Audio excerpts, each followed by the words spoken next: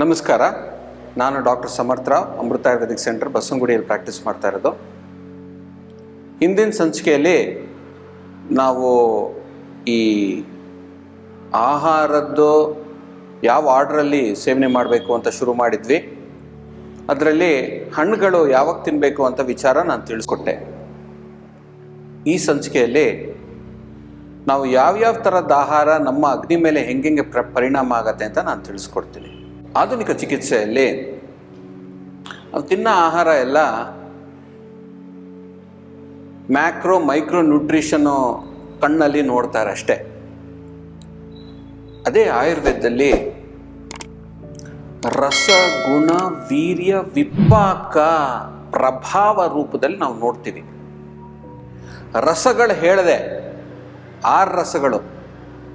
ಗುಣ ರೂಪದಲ್ಲೂ ನೋಡ್ತೀವಿ ನಾವು. ಆಯುರ್ವೇದ ಏನು ಹೇಳುತ್ತೆ ಅಂದರೆ,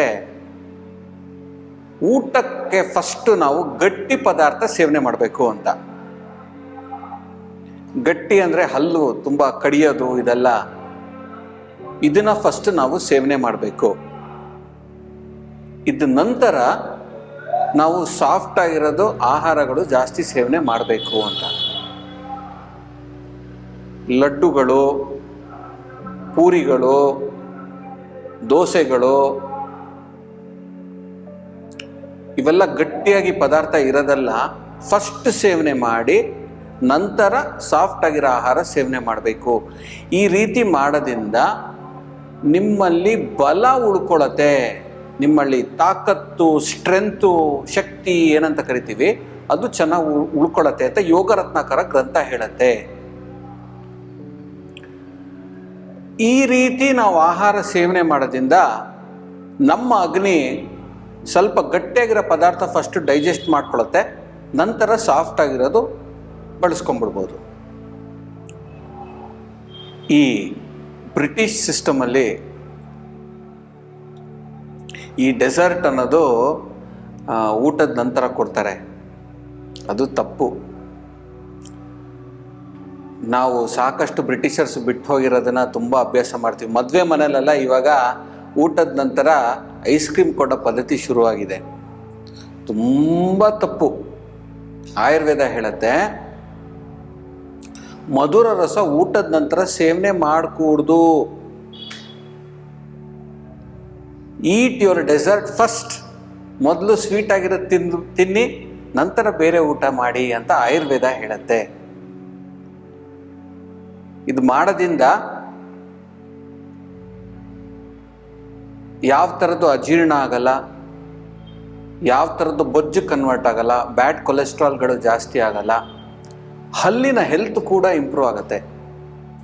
ಮಕ್ಕಳಿಗೆ ನೀನು ಬೇಗ ಊಟ ಮಾಡು, ನಿನಗೆ ಚಾಕ್ಲೇಟ್ ಕೊಡ್ತೀನಿ ತಿಂತೀನಿ ಅಂತ ಹೇಳಿದ್ರೆ ತಪ್ಪದು. ಊಟ ಬೇಗ ಮಾಡಿಬಿಡುತ್ತೆ ಮಗು, ಆಮೇಲೆ ಚಾಕ್ಲೇಟನ್ನ ಚಿಪ್ಕೊಂಡಿರುತ್ತೆ. ಅದರಿಂದ ಏನಾಗುತ್ತೆ ಅಂದರೆ ಹಲ್ಲುಗಳೆಲ್ಲ ಸಮಸ್ಯೆಗಳು ಜಾಸ್ತಿ ಆಗುತ್ತೆ. ಆ ಚಾಕ್ಲೇಟ್ ಸರಿಗೆ ಡೈಜೆಷನ್ ಆಗಲ್ಲ.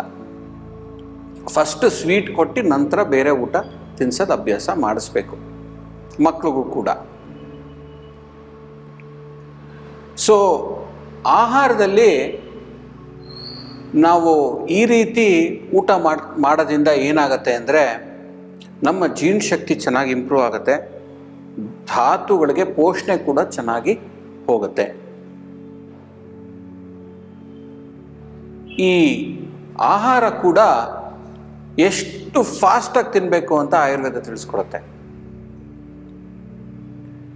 ನಾವು ಒಂದು ಕಾರಲ್ಲಿ ಯಾವುದೋ ಊರಿಗೆ ಹೋಗ್ತಾ ಇದ್ದೀವಿ.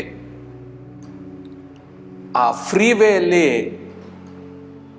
ದೊಡ್ಡ ರೋಡಲ್ಲಿ 110 ಸ್ಪೀಡಲ್ಲಿ ಫಾಸ್ಟಾಗಿ ಹೋಗ್ತಾ ಇದ್ರೆ